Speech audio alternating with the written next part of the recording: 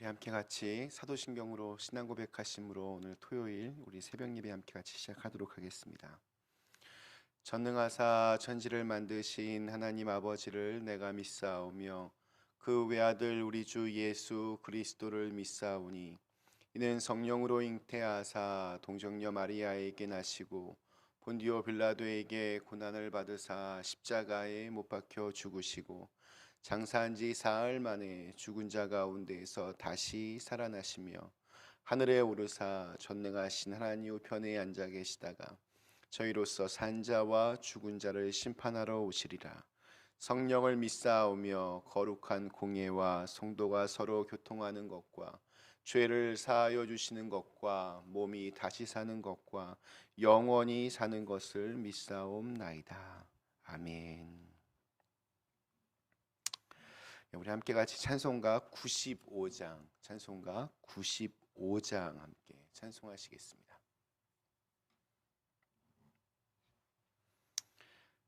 찬송가 95장 함께 찬송하시겠습니다.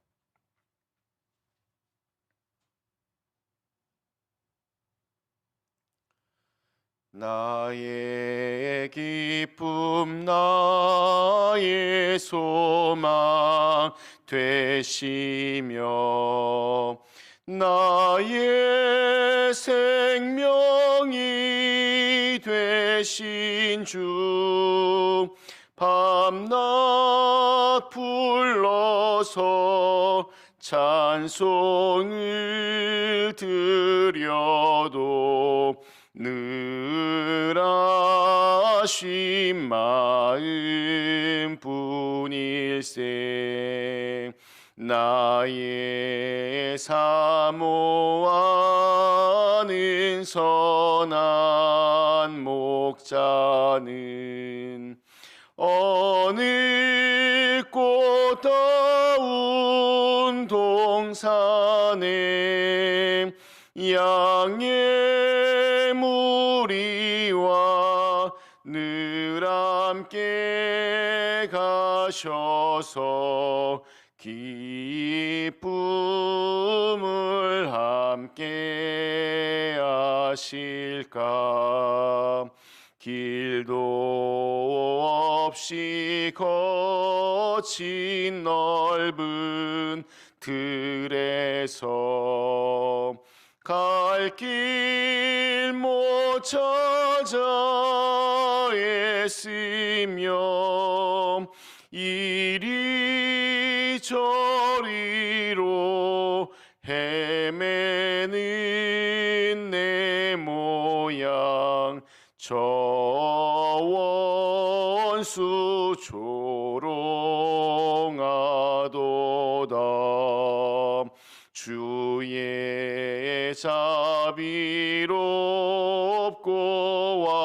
와평한 얼굴 모든 천사도 반기며 주의 놀라운 진리의 말씀에 천지가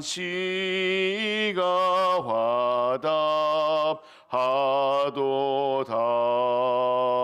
나의 진정 사모하는 예수님 음성조차도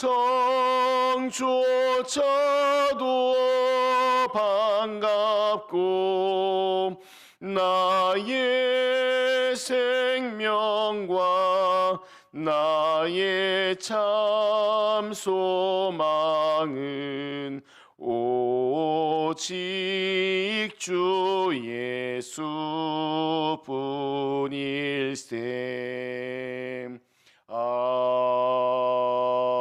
아멘.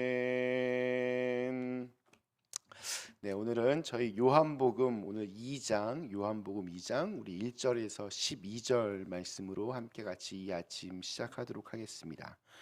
요한복음 2장 우리 오늘 1절에서 12절에 있는 말씀 함께 같이 보시며 오늘 이 아침 시작하도록 하겠습니다. 사흘째 되던 날 갈릴리 가나에 혼례가 있어 예수의 어머니도 거기 계시고 예수와 그 제자들도 혼례의 청함을 받았더니 포도주가 떨어진지라. 예수의 어머니가 예수에게 이르되 저들에게 포도주가 없다 하니 예수께서 이르시되 여자여 나와 무슨 상관이 있나이까? 내 때가 아직 이르지 아니하였나이다. 그의 어머니가 하인들에게 이르되 너희에게 무슨 말씀을 하시든지 그대로 하라 하니라. 거기에 유대인의 정결 예식을 따라 두세 통 드는 돌 항아리 여섯이 놓였는지라. 예수께서 그들에게 이르시되 항아리에 물을 채우라 하신즉 아귀까지 채우니 이제는 떠서 연회장에게 갖다 주라 하심에 갖다 주었더니 연회장은 물로 된 포도주를 맛보고도 어디서 났는지 알지 못하되 물 떠온 하인들은 알더라. 연회장이 신랑을 불러 말하되 사람마다 먼저 좋은 포도주를 내고 취한 후에 낮은 것을 내거늘 그대는 지금까지 좋은 포도주를 두었도다 하니라. 예수께서 이 첫 표적을 갈릴리 가나에서 행하여 그의 영광을 나타내심에 제자들이 그를 믿으니라. 그 후에 예수께서 그 어머니와 형제들과 제자들과 함께 가버나움으로 내려가셨으나 거기에 여러 날 계시지는 아니하시니라. 아멘. 네, 우리 요한복음에는 총 7개의 그런 표적이 등장합니다. 그리고 오늘 말씀은 그 예수님의 그 표적들 가운데, 기적들 가운데 첫 번째 기적, 가나의 혼인잔치에서 물로 포도주를 만드신 사건을 이렇게 기록하고 있습니다.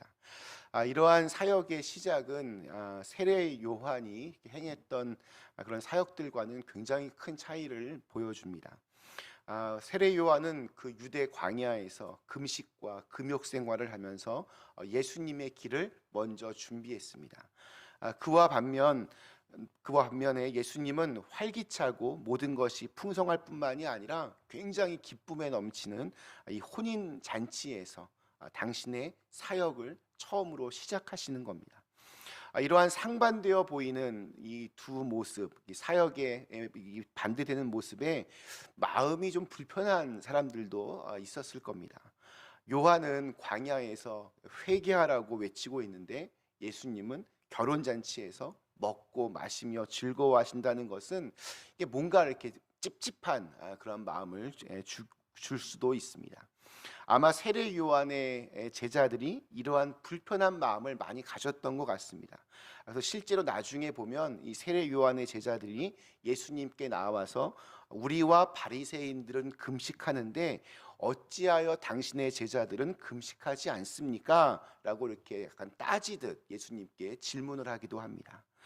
또 예수님은 나중에 바리새인들에게 먹기를 탐하고 포도주를 즐기는 사람이라는 그런 비난의 말을 듣기도 했습니다.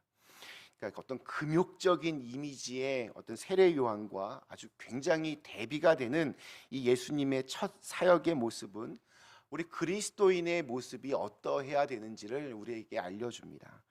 왜냐하면 예수님의 오심은 온 백성에게 미칠 큰 기쁨의 좋은 소식입니다. 그러니까 예수님을 믿으면 기뻐야 됩니다. 그러니까 예수님을 믿어서 물론 우리가 이 사순절처럼 정말 좀 더 거룩하고 경건하게 지내는 시간들도 필요하지만 기본적으로 예수 믿는 사람들은 기쁨이 샘솟아야 됩니다. 사랑과 기쁨의 소식, 또 해방과 평화의 소식, 치유와 자유의 소식을 예수님께서 우리에게 주셨기 때문입니다. 결혼잔치에 포도주가 떨어진 것을 안 예수님의 어머니 마리아는 예수님께 이 사실을 말합니다. 근데 이 어머니의 요청에 예수님은 약간 매정하게 4절에서 이렇게 대답합니다. 예수께서 이르시되 여자여 나와 무슨 상관이 있나이까? 내 때가 아직 이르지 아니하였나이다. 사실 그 일은 예수님과 그렇게 뭔가 관련이 있는 상관이 있는 일이 아니었습니다. 포도주가 떨어진 것과 예수님과 무슨 거기에 상관이 있겠습니까? 그것은 결혼을 이렇게 준비한 신랑 측에서 걱정해야 될 일이고, 그리고 그 연회를 담당하는 연회장에게 있는 것이지 예수님께 와서 그 사정을 말할 사실 그럴 계제가 안 됩니다. 그리고 아직 예수님의 때도 아니라고 그렇게 말하였습니다. 결혼잔치에서 포도주를 만드는 것은 예수님께서 메시아의 그 구원자의 사역을 위해서 계획하고 준비했던 일이 아니었습니다. 근데 결국 예수님께서 그곳에서 첫 번째 기적을 행하십니다. 왜냐하면 그것은 어머니의 그 믿음의 말 때문이었습니다. 어머니가 하인들에게 5절에서 이렇게 말합니다. 너희에게 무슨 말씀을 하시든지 그대로 하라. 마리아가 예수님을 찾아왔을 때에는 예수님께서 포도주가 떨어진 그 일을 해결해 주실 것을 믿고 예수님을 찾아온 겁니다. 예수님은 그곳에서 포도주가 떨어진 것을 해결할 만한 어떤 관련이 사실 별로 없었지만 이 어머니 마리아의 그 믿음의 말을 통하여서 그 문제를 해결해 주셨습니다. 마리아는 믿음이 있었습니다. 그 잔치에 있는 어떤 사람으로도 이 문제를 해결할 수 없지만 그 잔치의 자리에 손님으로 초대되어 온 그 예수님만이 이 문제를 해결해 줄 수 있다라고 그렇게 믿었습니다. 예수님만이 이 잔치 자리에 그 기쁨을 이어갈 수 있도록 해 주실 것을 믿었던 것입니다. 그리고 그 어머니의 그 믿음이 예수님의 마음을 움직였습니다. 포도주가 떨어지는 일을 만날 때에 우리는 예수님께서 우리의 근심과 염려 가운데 우리를 그냥 그대로 내버려 두시지 않고 그 문제를 해결해 주실 것이라고 하는 믿음을 가지고 예수님께 나와야 됩니다. 주변에 보이는 사람들이 많이 있지만 그 무엇보다도 예수님께 도움을 청하는 것이 중요합니다. 우리가 어떠한 문제를 가지고 주님 앞에 간다고 하더라도 그분은 그것을 외면하지 않으십니다. 우리가 주님 앞으로 나아올 때는 이렇게 믿음을 가지고 나가야 됩니다. 주님께서 이 문제를 분명히 해결해 주실 것이다. 그걸 믿는 마음으로 주님께 나와야지 이거 말하면 이게 될까라는 마음으로 나오면 그것은 예수님의 마음을 움직일 수 없습니다. 또한 주님의 말씀에 순종하는 자세, 무엇이든 하겠다라는 그런 자세가 중요합니다.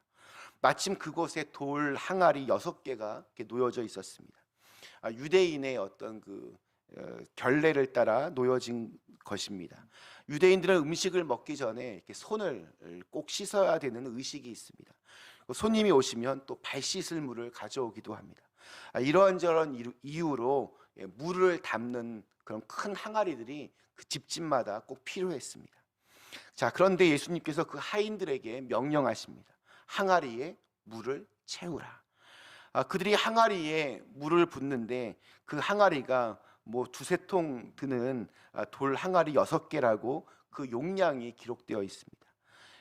계산하면 돌 항아리 하나당 거의 한 20에서 30갤론 정도 이렇게 들어간다고 합니다. 그러니까 평균을 내어도 6개 항아리에 물을 부으려면 약 한 150갤론의 그런 물을 거기에 부어야 합니다. 가정마다 수도가 있어서 호수를 연결해서 물을 채우는 것이 아닙니다. 아마 근처에 운물에 가서 그 정도의 물을 길어오는 것 보통 일이 아닙니다. 꽤 많은 양의 물을 지금 채워야 됩니다. 자, 그런데 그 하인들은 예수님의 말씀하신 것을 순종하는데 그 항아리에 그 마지막 아구까지 물을 채웠다고 합니다. 적당하게 하지 않고 부족함 없이 전적으로 순종하는 것입니다. 이러한 순종을 우리가 또한 충성이라고 부릅니다. 적당히 하는 것이 아니라 최선을 다해서 하는 겁니다. 아구까지 채우는 열심이 그들에게 있었습니다. 이것이 예수님의 명령을 받은 우리 사명자들이 가져야 될 삶의 태도입니다. 예수님은 이 땅에 어떠한 것과도 비교할 수 없는 좋은 포도주를 만드셔서 사람들에게 주셨고 그 잔치의 기쁨을 배가 되도록 하셨습니다. 예수님은 그 일을 통해서 그 잔치의 기쁨을 더하셨을 뿐만이 아니라 우리 11절에 보면 예수님은 그 영광을 드러내셨습니다. 그 영광을 나타내셨습니다. 그리고 제자들이 이것을 다 보고 예수님을 믿었다라고 되어 있습니다. 예수님께서 행하신 기적을 경험한 사람은 사실 그렇게 많지 않습니다. 그 제자들과 또 그 같이 그 물을 부었던 하인 정도, 요 정도가 예수님께서 정말 그 물로 포도주를 만드신 그 장면을 봤을 겁니다. 그들은 예수님의 기적을 보았고 그 권세를 보았고 또한 영광을 보았습니다.